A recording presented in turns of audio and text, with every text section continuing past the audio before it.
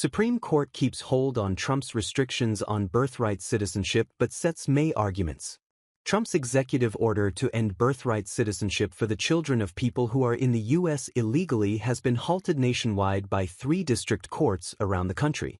The Republican administration had sought to narrow those orders to allow for the policy to take effect in parts or most of the country while court challenges play out. That's expected to be the focus of the High Court arguments. Treasury Secretary Scott Bessent, administration working on Big 15 economies first on trade deals. Trump asked Bessent to comment on the trade negotiations during the president's Oval Office meeting with Italian Prime Minister Giorgia Meloni. Bessent noted that he and other administration officials held talks Wednesday with Japan. He said South Korean officials will be visiting next week. Arizona Secretary of State Adrian Fontes slams SAVE Act as trash. The bill, which the House passed last week, aims to require proof of U.S. citizenship when registering to vote for federal elections. It's one of Trump's top election-related priorities, and Democrats and voting rights advocates have warned it risks disenfranchising millions of Americans without ready access to the proper documents. It makes no sense, Fontes said Thursday. This is an alleged solution that's searching desperately for a problem. And the solution is far more dangerous to the rights of American voters. Fontes also criticized Trump's executive order on elections as a nonsensical attack on trust in elections.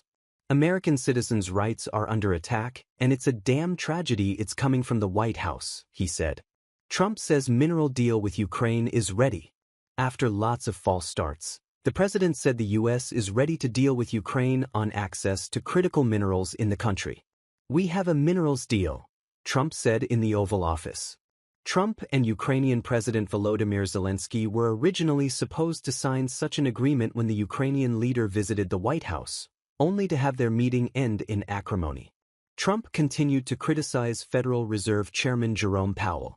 "Oh, he'll leave," Trump said in the Oval Office as he welcomed Italian Premier Giorgia Meloni. "If I ask him to, he'll be out of there."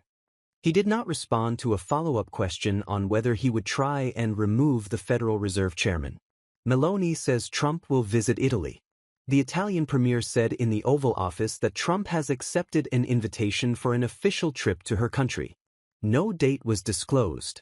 Vice President J.D. Vance is leaving Friday for his own visit to Rome.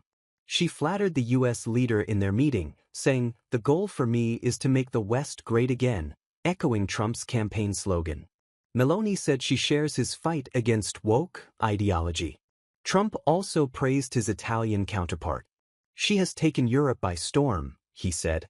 Trump responds to the shooting at Florida State University. The president opened his Oval Office meeting with the Italian premier with comments on the shooting.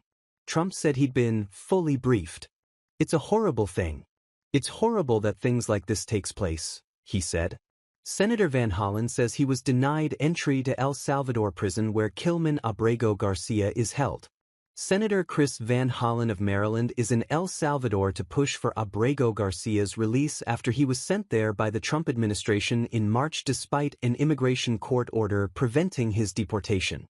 He said in a video posted on X that his car was stopped when he tried to enter the prison Thursday to check on Abrego Garcia's health. "Today's purpose was just to see what his health condition is," Van Hollen said in the video. He said his car was stopped by soldiers about 3 kilometers from the prison, even as they let other cars go on. Abrego Garcia is a Salvadoran citizen who was living in Maryland when he was deported. Play button read more about Kilman Abrego Garcia's case. Italian Premier Giorgia Meloni invites Trump to visit Italy. The official invitation came at the start of their White House meeting. Vice President J.D. Vance is already scheduled to head to Rome later this week and will meet with Meloni while he's there. Trump visited Italy during his first term when he attended the 2017 Group of 7 summit in Taormina. Trump says he's in no rush to reach any trade deals. The president played down the likelihood of reaching any trade agreements as a result of his tariffs. Trump told reporters while meeting with Italian Prime Minister Giorgia Meloni that, at a certain point, deals would come together. "We're in no rush," said Trump, saying he liked the revenues he expected the tariffs to generate for the U.S. government. U.S. Treasury says no decision has been made on the future of the Direct File program.